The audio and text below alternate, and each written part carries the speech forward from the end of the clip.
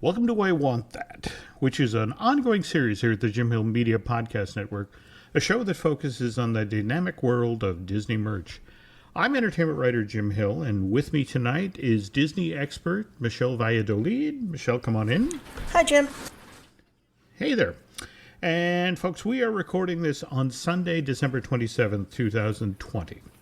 And I sincerely apologize for the lag between episodes here, folks, but just to cut to the chase here, we had a death in the family. My father and Alice's granddad, Frank Robert Hill, passed away on Saturday, December 19th, just 3 days after his 89th birthday. Mind you, it wasn't unexpected. Dad had been dealing with some pretty serious health issues over the past few years. But even so, his death came as kind of a shock.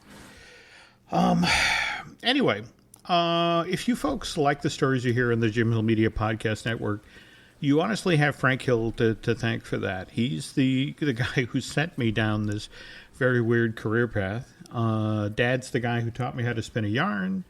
He's also the one 50 years ago this year who drove our entire family from Massachusetts all the way out to California so we could then experience Disneyland Park. There were a few national parks in the middle there, but it was honestly that visit that launched my interest in the history and the backstory of the place. And I could tell you all sorts of stories about my dad, how because he was the principal of the primary school in the very small town that I grew up in, Maynard, Massachusetts. My dad was a genuinely beloved figure. My mom, too. She taught kindergarten in the exact same school that my dad was principal at for decades. But instead of me talking about this, I won't... He was Santa, too. Yeah, he was Santa. In fact, what was kind of interesting about Maynard, at least when I was growing up, is that it was where the Digital Equipment Corporation, which, for those of you know your computing history, they were the folks who created the first desktop publishing system. I want to say the Rainbow back in the day, and that there was a time when they were literally head to head with IBM as far as battling for the future of future computers.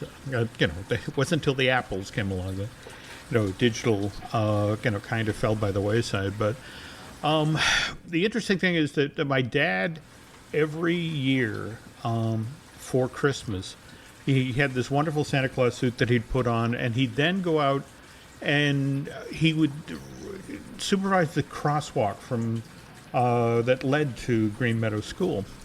And all of these digital employees, who were driving by on, and this was typically, I want to say, the Friday before kids were released to go for Christmas vacation.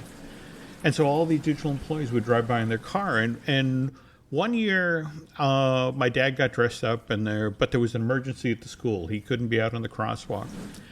And, so he's in his office dealing with this emergency, and the phone rings.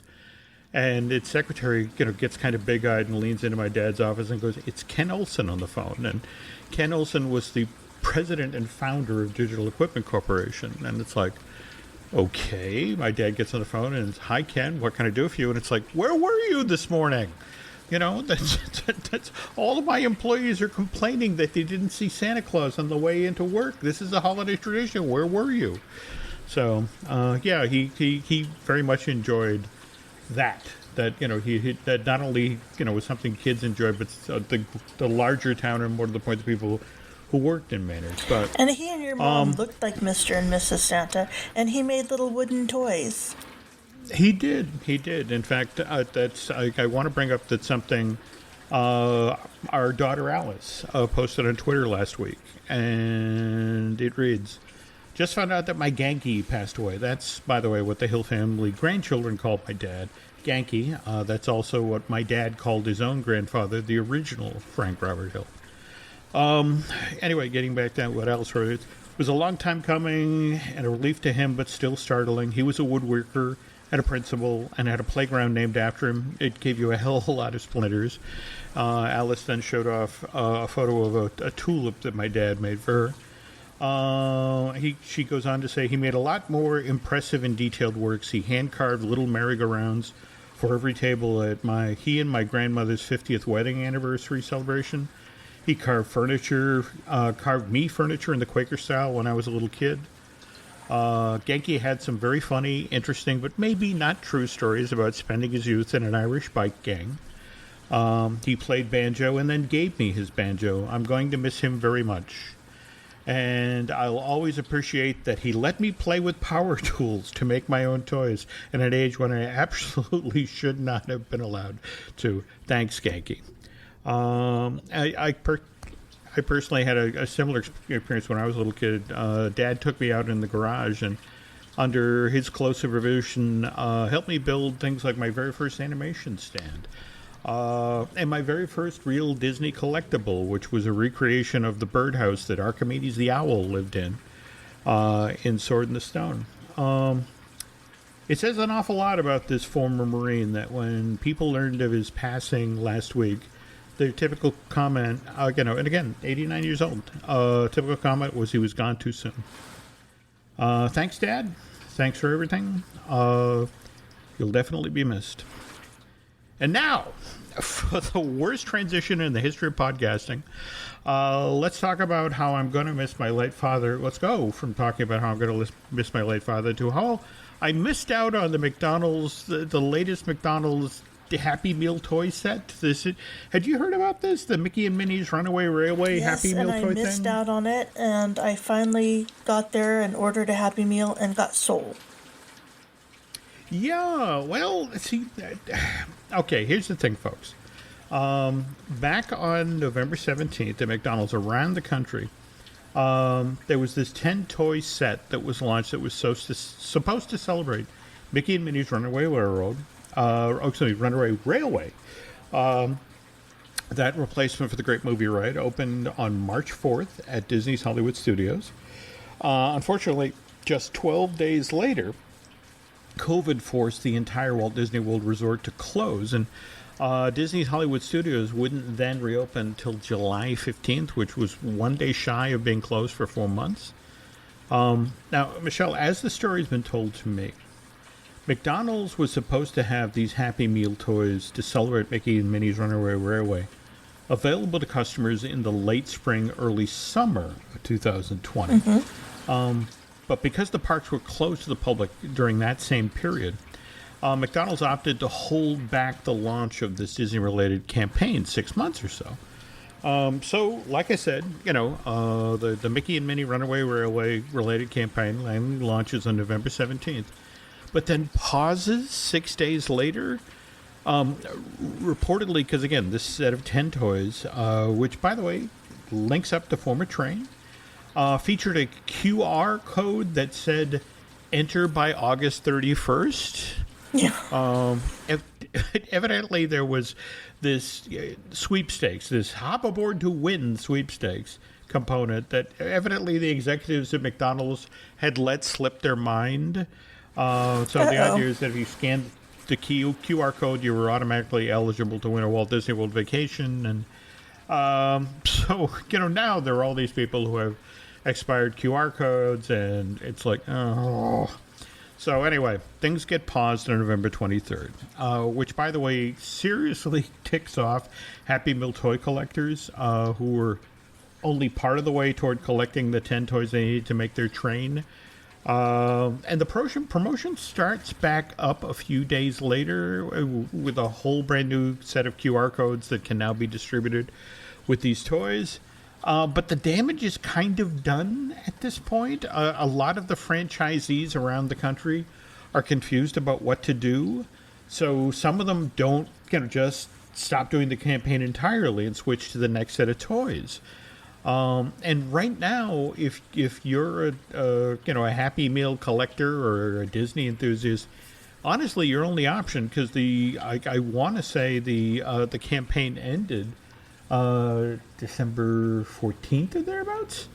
Your only option is go to eBay where individual cars right now are selling for as low as $4.99 with $3.69 shipping, whereas full sets can be had for as low as $35.99 with $9.99 shipping charge. But again, these are all very active bidding situations. By the way, there is some good news. I did reach out to folks at Disney and also McDonald's to find out what was going to happen here. And they immediately defaulted to, okay, remember that Mickey and Minnie's Runaway Railway is going to open at Disneyland Park in the near future. By the way, as I understand it, was supposed to open in 2022 as part of Mickey's Toontown. That's since been pushed to 2023 again because of COVID. But supposedly, as part of that, they will revisit the train idea. Did you, by the way, did you get to see any of the toys, Michelle? No, just online.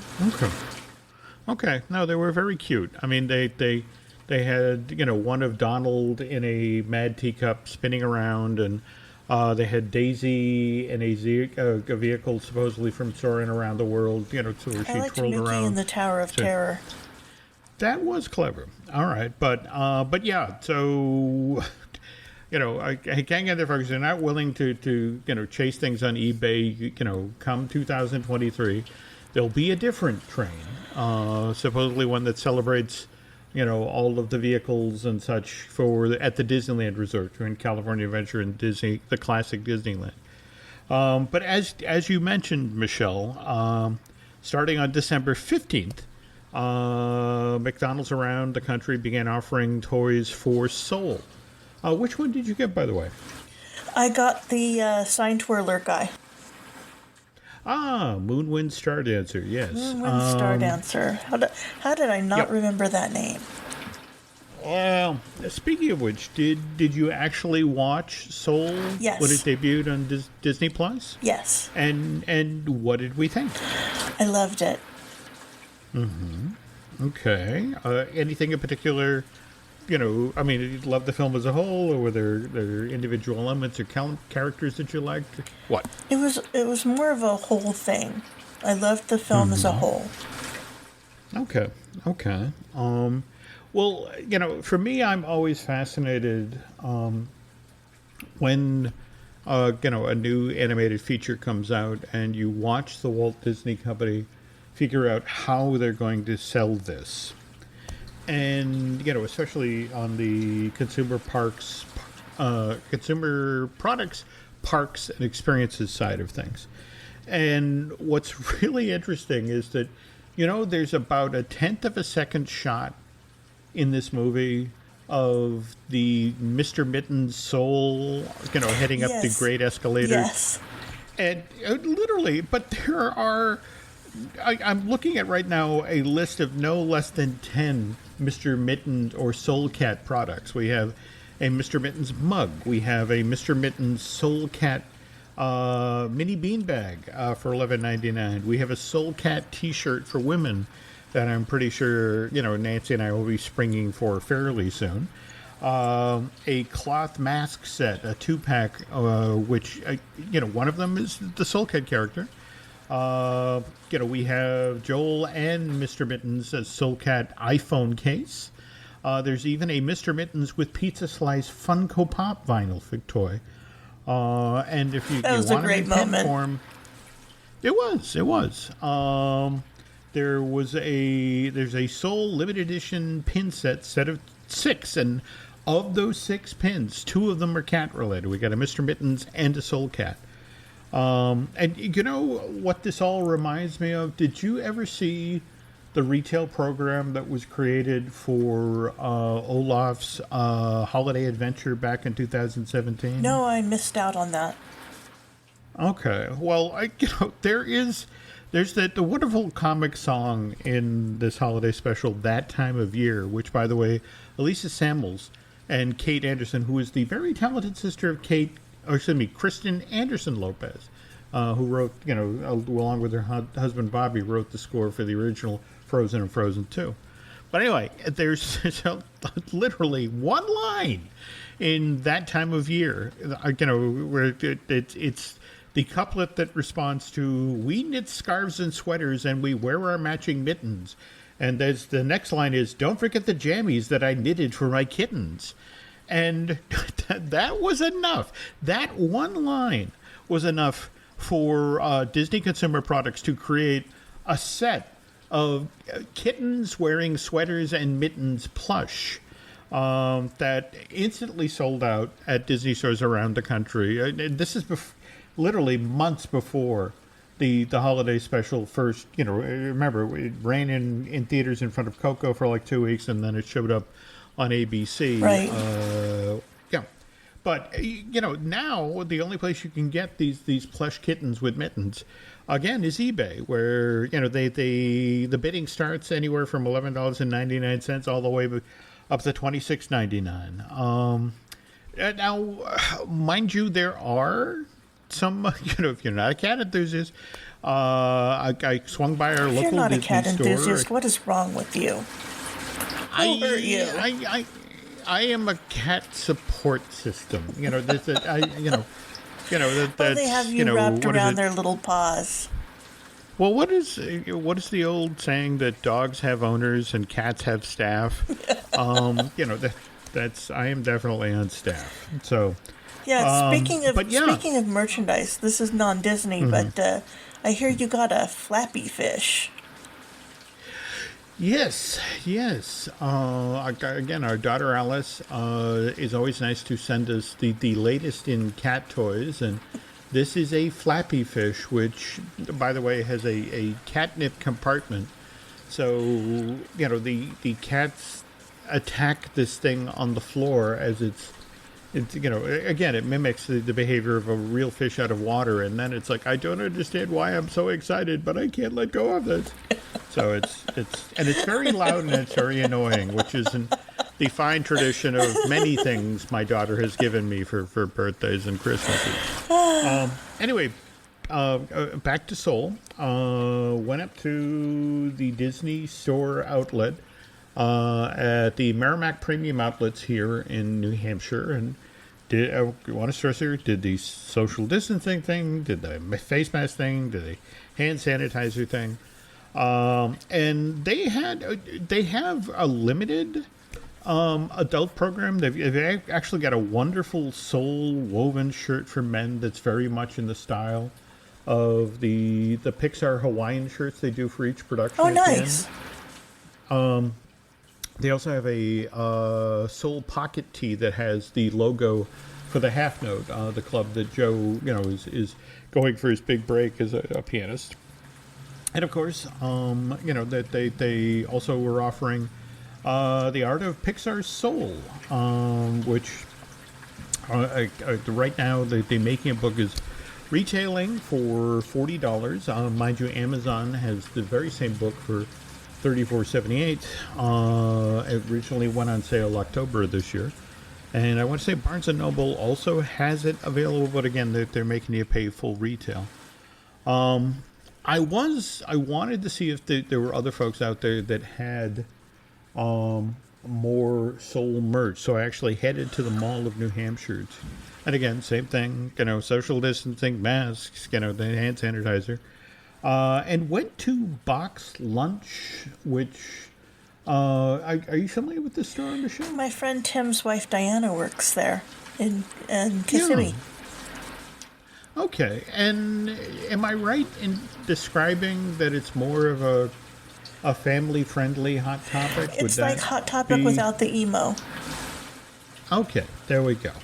But again, they were taking the COVID thing very seriously as well. They were only allowing 10 people into the store at a time. And while I'd heard they had a lot of Soul stuff, they didn't necessarily. I mean, mind you, they might have sold through a lot of it.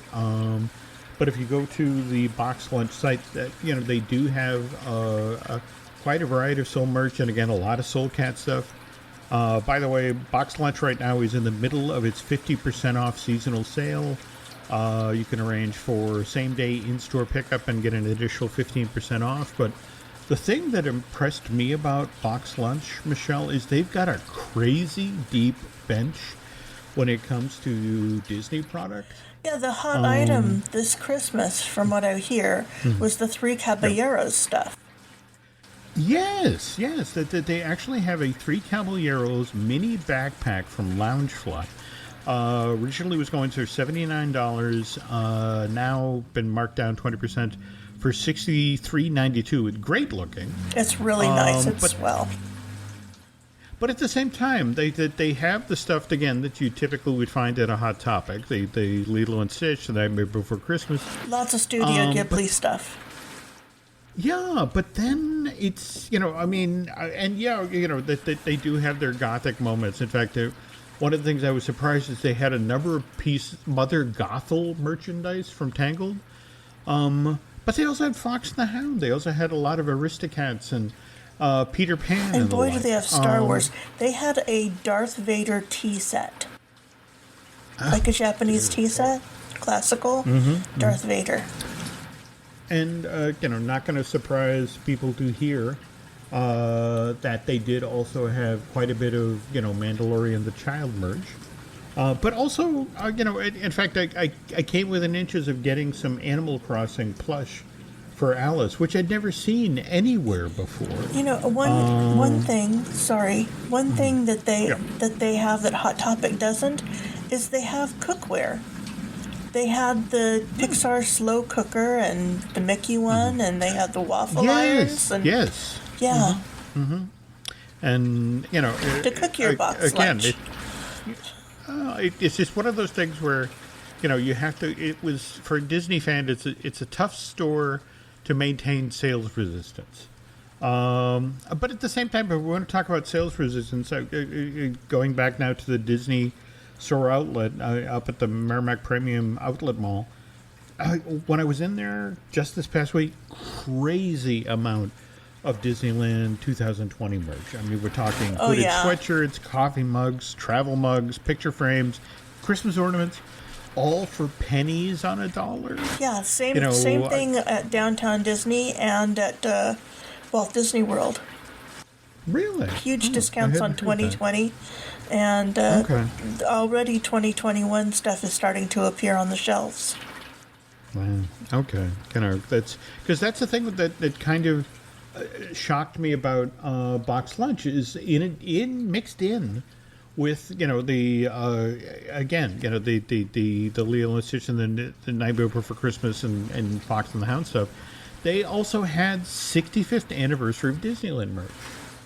So, which again, I hadn't seen in anywhere except at the parks. So, but all right. Anyway, so I have to admit, I fought hard against the urge to buy a bunch of 2020 Disneyland stuff because I thought, well, it was the year that never was, and it would be kind of cool to own some of this stuff, but. I couldn't help but notice that it was right next to, the Pixar Onward merch. And it makes me feel bad that film never really got a shot merch-wise. I mean, it opened on, went into the theaters on March 16th, and, the Disney parks closed on March 14th. And, so much retail. Yeah, so... All right. Well, looking forward now to 2021, and we'll do a bit more of that in the second half of today's show. But the Shop Disney and the physical Disney stores are getting ready for their new monthly merchandise collection. And on previous shows, Michelle, we've talked about what was it? The Minnie Mouse, the main attraction for 2020, and there was the Disney Wisdom collection for 2019. And before that was Disney Mickey. Different Mickeys. Okay, can you talk about what's coming for 2021? Hang on to your butts. It's Stitch. Mm-hmm. Yeah. Stitch crashes Disney. That's all we have right now, right? I want to say there was a tweet in the UK, and that's how we found out about this? Yeah, and we did find out that it's not limited to just attractions or to movies, as were Minnie and Wisdom. He can crash anything Disney. So, Wow. Okay. like I said, hang on to your butts. Okay. Because, I mean, face it, if you remember the original campaign for the launch of, Stitch back in, 2002? 2003? They had that wonderful campaign where he, inserted himself into Aladdin and, Beauty and the Beast? Yeah, and The Little Mermaid, yeah. Toilet papered the castle, and... Yeah. So, yeah, going to be kind of interesting to see what happens there. Anyway, as I mentioned, folks, we're going to do a little looking back at 2020 and looking ahead to 2021. But first, a quick commercial break. This podcast is brought to you by Carvana.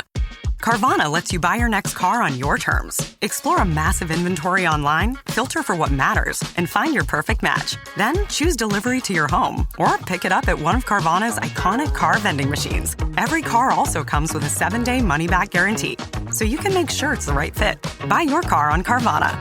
Delivery or pickup fees may apply. Limitations and exclusions may apply. See our 7-day return policy at Carvana.com. Carvana. Breathe deep. Imagine your legs more limber in Duluth Trading Double Flex Denim. Envision euphorically squatting for that can of suds, bending for your toolbox in a state of bliss, lunging for your laser level on a whole new level. Relax and allow the flex to fill you with ability. Find your inner flex in Double Flex Denim only at Duluth Trading. And we're back. Okay, Michelle, we are recording this 2 days after Christmas, so forgive me for being crass, but what'd you get? I got mostly clothes. I did get a Mickey t-shirt, and Alice got me some really great tees from L'Epicier in Honolulu. Okay. But yeah, clothes from Torrid. All right, that's cool. I did try to get Michelle you had told your daughter you had wanted one thing, which was a Disney Parks, Walt Disney World, Epcot Spaceship Earth glass ornament, which I found on eBay. I placed an order on December 1st. I was told it was mailed on December 7th. Mind you, this item has been listed as acceptance pending by the U.S. Postal System in Orlando for nearly 3 weeks now. And friends at the post office have basically told me that the 1-2 punch between the sorting machines that get shut off prior to the election and coupled with staff shortages related to COVID, that it's in, and the fact that the U.S. Postal System has just basically been overwhelmed since we've all been staying home and ordering things online, that it's entirely possible, Michelle, your ornament is sitting in a trailer outside of a post office waiting to be sorted, and that, let's hope we can get it to you by Groundhog Day, okay? I said, I don't care when it comes, even if it comes in July, I'm going to display it. Okay, all right, well, let's hope it's here before July. So, but thank you for the thought. Well, yes, I bet there's other things I'm thinking about. The seller who told me that it would be here by Christmas Day.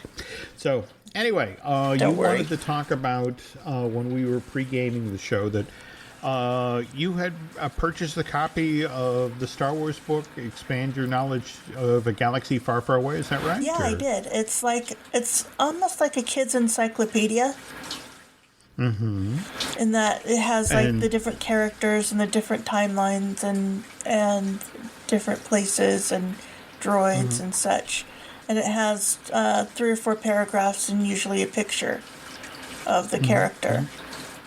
No, it's definitely almost the equivalent of a Star Wars textbook, but again, incredibly well researched and written really by. Great. Yeah, it's like a textbook. Yeah. There you go. But so high praise to Cole Horton, Pablo Hidalgo, and of course Pablo. Dan Z, the gentleman I've been doing the Lucasfilm, looking at Lucasfilm show with. Just a quick aside here. Now, you've watched season 2 of The Mandalorian, right? Yes. Okay. All right. And I have to tell you, one of my favorite books of this year is The Art of the Mandalorian. It's gorgeous. I don't have it yet, but I flipped through it, and it's gorgeous. Yep. Written by Phil Szostak. Yes. But who I follow on Twitter, also, and he is a genius artist. It's a really beautiful, coffee table book. But that said, I gotta tell you, I'm kind of turned off by how much child merchandise is out there this year. Yeah, it's a bit much. Think about it. Last year, literally last year, if you wanted something with the child on it, you had to settle for, wasn't the first item a phone socks? case. Oh, there we go. Yeah, the phone case, the socks. And now it's everywhere, I will say this much, though, that Nancy found a kind of a pillow of the child plush, and we gave it to her new grandnephew, Abraham. And we were watching on Zoom as this kid basically lost his mind. Christmas stopped when, the child showed up. So, again, there's clearly a crowd out there that loves this character, but it's just sort of like, okay, we're full now. You can make other characters. They're going to Nightmare Before Christmas it if they're not careful. This is true. Okay, and as long as we're plugging books for, the folks who work for the Jim Hill Media Podcast, I would be remiss if we don't mention Drew Terlichner's wonderful Art of Pixar's Onward, which is a film, again, I know everyone's talking about Soul, but Onward also is a great film. I saw it. It is. I mean, I just watched it on my iMac, but it was enough. Okay. Now, as long as we're recommending books, that my favorite of the books I received this season, I got from my lovely sister-in-law, Kathy Moore, and this was Holiday Magic of the Disney Parks, a celebration around the world from fall to winter. This one is a beast, folks. I'm just it's 384 pages. Beautifully researched and photographed by Graham Allen, Rebecca Klein, and Yay. Charlie Price. I'm a big fan of Rebecca Klein. As am I. Now, mind you, a little pricey. Retails for $60. I want to say Amazon at the moment has $54. On the other hand, if you I want to start to say what's really great about this book is it's not just Halloween and at Christmas at the parks. In fact, I want to say it's Becky that actually drives this. Becky actually chased down photographs of when they used to do a Thanksgiving celebration at the Plantation House at Disneyland. That setup that basically predated New Orleans Square, and she has these wonderful photographs of cast members from the time. Dressed up as Lady Pilgrims serving the feast at the restaurant. They also have some amazing footage of when they did, again in the fall, a Pop Warner celebration out in Holidayland. And Moochie actually showed up. Cochran. Kevin. I'm blanking his name. Kevin Cochran. Okay, and on the other hand, if you want a somewhat narrowly focused book, The Disney Monorail, Imagineering a Highway in the Sky, from Jeff Curdy, Vanessa Hunt, and Paul Wolski. Yeah, I'm a big Jeff Curdy fan, so yeah, I saw the book at Barnes & Noble, and it's gorgeous. It's not going to weigh you down like a big coffee table book. It's about as tall as the palm of my hand. It's like a menu, but it's chock full of stuff. It's so absolutely. full. And right up to date, more to the point. I mean, the book actually ends with describing the monorail-based experience that will be featured in the Play Pavilion at Epcot in the old Wonders of Life. The rounded building that used to be in. Of course, I wonder, given the $900 million worth of capital expenditure that get paused to the parks, I wonder when we're actually going to see the Play Pavilion open.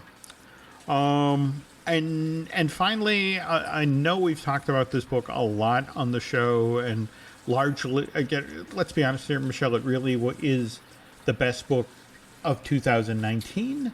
But the Mark Davis, in his own words, Imagineering the Disney Theme Parks. Oh, yeah. This 2-volume set used to be $150, is now $79.99 over at Amazon. If you didn't get it for Christmas, go buy it. Yeah, that's it exactly. Go pull out those gift cards and get yourself a copy. All right, so, and Michelle... One more thing about the holiday book. Mm-hmm. There is I don't know if it's a companion series, but it seemed to be a companion series, Decorating Disney Holiday Magic on Disney Plus that I watched. Oh, okay. I had not seen that. I'll have to chase that down. Yeah. All right. Speaking of recommendations by Michelle, you were talking as we were pre-gaming that you wanted to talk up Disney Fan Magazine. Yes, Disney Fan Magazine. You can get it on eBay or you can get it on Amazon. And it's a monthly Disney Parks fan magazine for Disney fans in Japan. Okay. And now, monthly, quarterly, what is it? Monthly. Okay. And this month was adorable. It's got a frozen window with snow on the sills and Huey, Dewey, and Louie. It just inside the window looking out at you, looking out at the snow. Mm-hmm. Okay, definitely. Well, and it's crazy up to date, right? I mean, it's crazy up to date.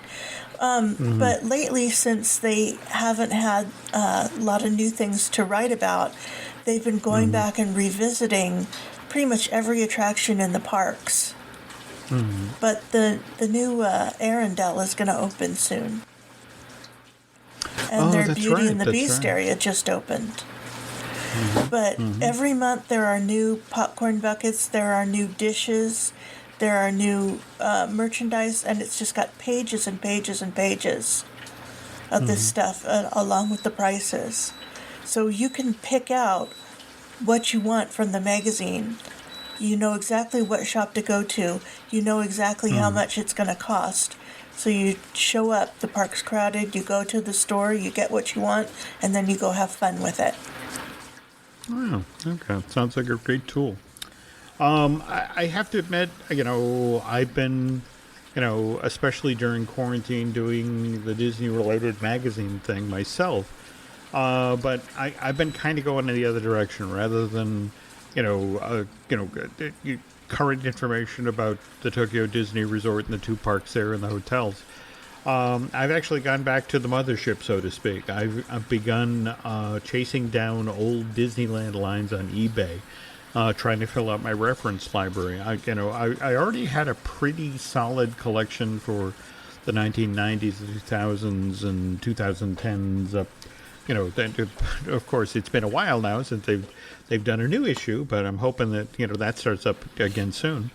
But lately, I've been concentrating on chasing down Disneyland lines from the 1980s and 1970s, and I just bought some issues from 1982, which is what's weird is as you page through these, Michelle's, you're getting real-time coverage of the new Fantasyland project. Well, again, new then, that it was being built. And one of the things they talk about is Snow White's Adventures. That attraction opened initially, opening day attraction at Disneyland, July 17th, 1955.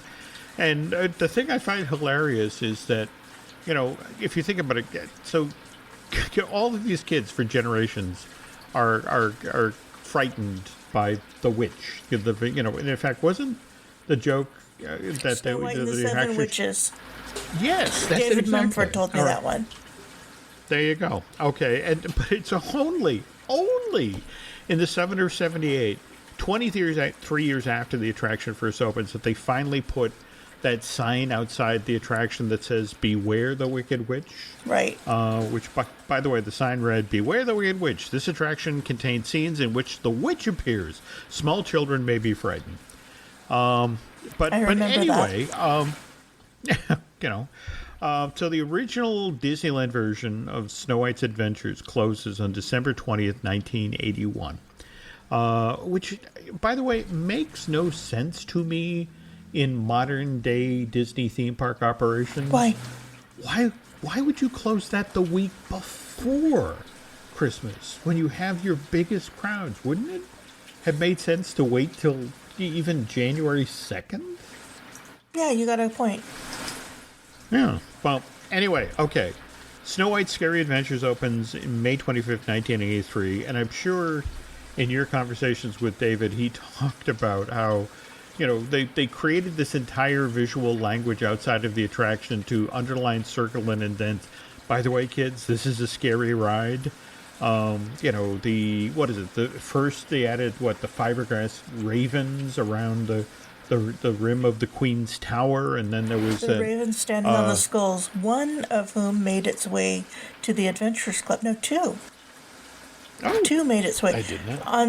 On either side of the bar. But the skulls became shrunken heads, and the ravens became wild birds. They just dressed over it. I only went there a couple of hundred times. I never noticed that. Oy.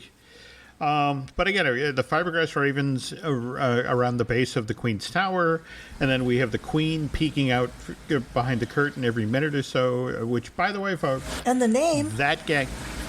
The name. There we go. Snow White's Scary Adventures. Yeah. But no, the witch... what about the witch? What about the witch?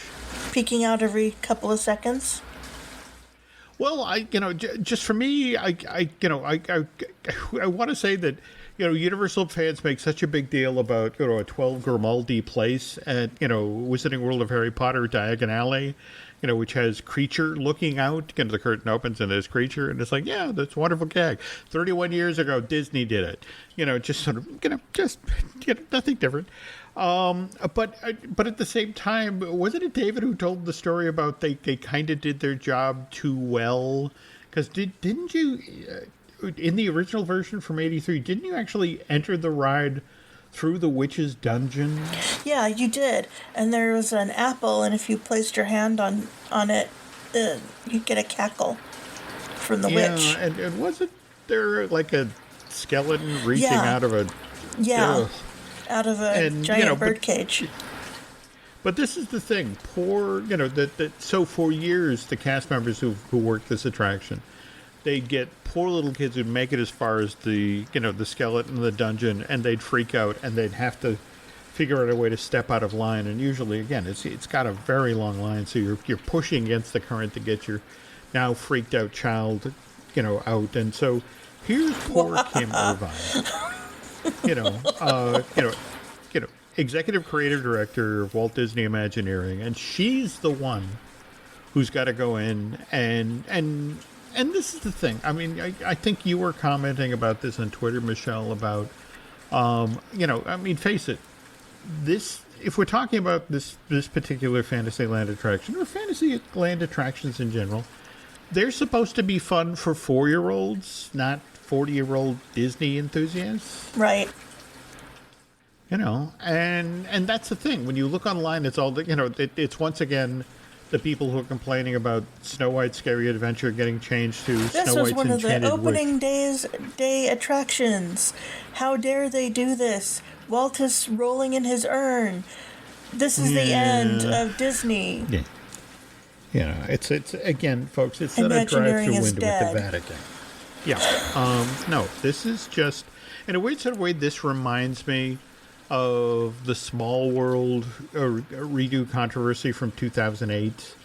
Remember, back then when it was announced they were going to put Disney characters in Small World, which, by the way, had already been done at that point for the Small World that had been created for Hong Kong Disneyland. But yeah, there were Disney fans who treated it like they were spitting on the flag, and they called for Kim Irvine to get fired. In fact, I want to say Marty they did that over the Club 33 unbalanced window too. Yeah, this is true. And but the irony, of course, is that they make all this noise, and I remember at one point you and I actually got involved because we mentioned that didn't Alice Davis support what Kim was doing wholeheartedly? And yeah, they were Disney fans who then went after Alice Davis, this Disney legend who, by the way, worked on the original Small World. Yeah, you don't mess with Alice Davis. Yeah, but it's just sort of like, and again, that just gave you some idea of how crazy the fans were. And, so everybody complained right up to the moment that, in 2009, when, in February of 2009, when Disneyland's, with Disney characters version of Small World opens and everyone goes on it and rides it, goes, oh, this is fine. Never mind. It just, those sorts of Disney fans make me crazy. Well, have you heard? Oh, it's a giant taco for the Harmonious barge, the thing that's going to be the water feature. Yeah, it's the giant taco of death, and Imagineering is dead again. Well, and in fact, what's kind of interesting, I don't know if you saw this when it was happening earlier this summer. I mean, I had a friend in entertainment at Walt Disney World who actually talked about why they were bringing, this chunk of the Harmonious barge out. There was a plan initially that it would be used to present like a holiday light show on, that they would, and in fact, in a weird sort of way, it was going to help with sort of test and adjust. I mean, mind you, there's this, I'm sure you've seen the backstage photographs. There's several other, giant barges that have to come out and join the mothership, so to speak. Right. For the final version that, we'll get to see next spring or thereabouts. But this, but again, there were people like, how dare they, bring this thing out and ruin, World Showcase Lagoon at Epcot. And it's just sort of like, Italy anymore. Italy doesn't exist. And well, it's first of all, it's you think not I'm really kidding. Italy. You think I'm kidding. I know.